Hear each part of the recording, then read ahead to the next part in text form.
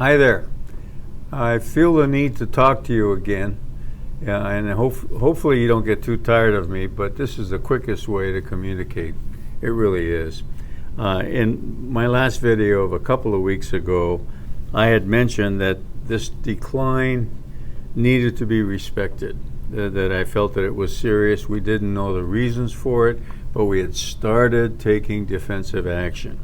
I can tell you today we're quite defensive in posture, and checking as of last Thursday night, the firm by and large still had positive returns for the year. Not great, but the numbers were positive. So we're not bleeding as many probably are.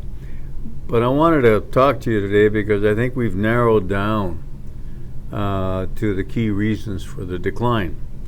There are a lot of reasons out there, and not to minimize these, but you've got the caravan coming up from South America.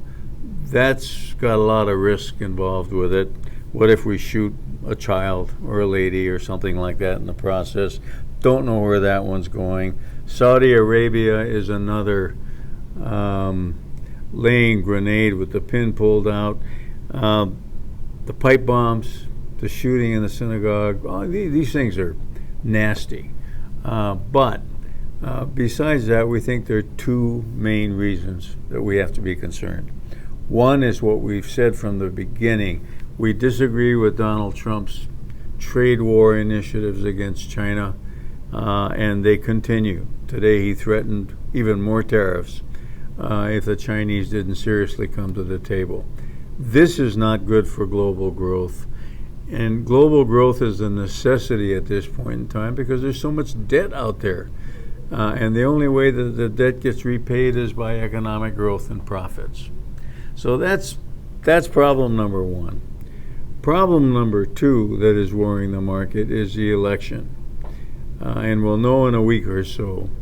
But the thought being this: when President Obama, for 8 years, had control of the economic situation and applied every Keynesian tactic known to man. They threw the kitchen sink at the market.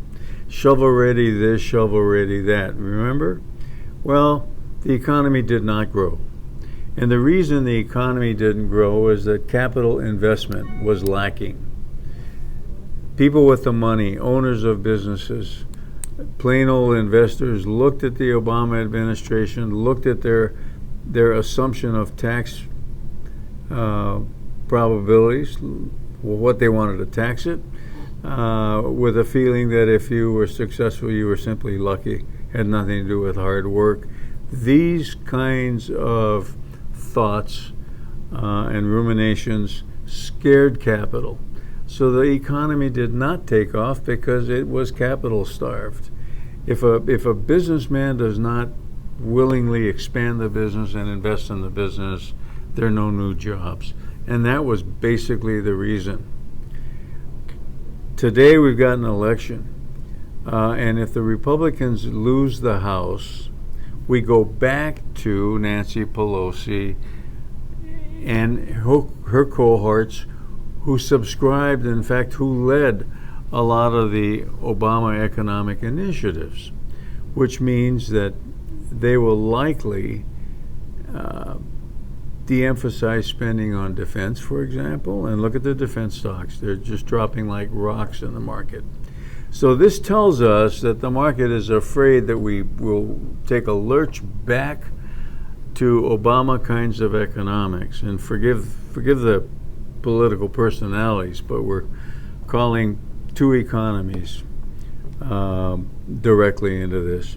And compared to the Trump one, featuring lower regulations, featuring lower taxes, and capital came rushing in over the last 2 years. So now if capital rushes back out or begins to move towards the exit, we can look for an economic slowdown, which means corporate earnings will now come under a completely different direction and pressure downward.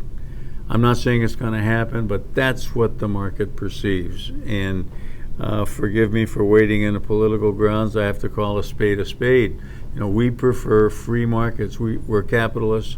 We prefer capital-friendly markets.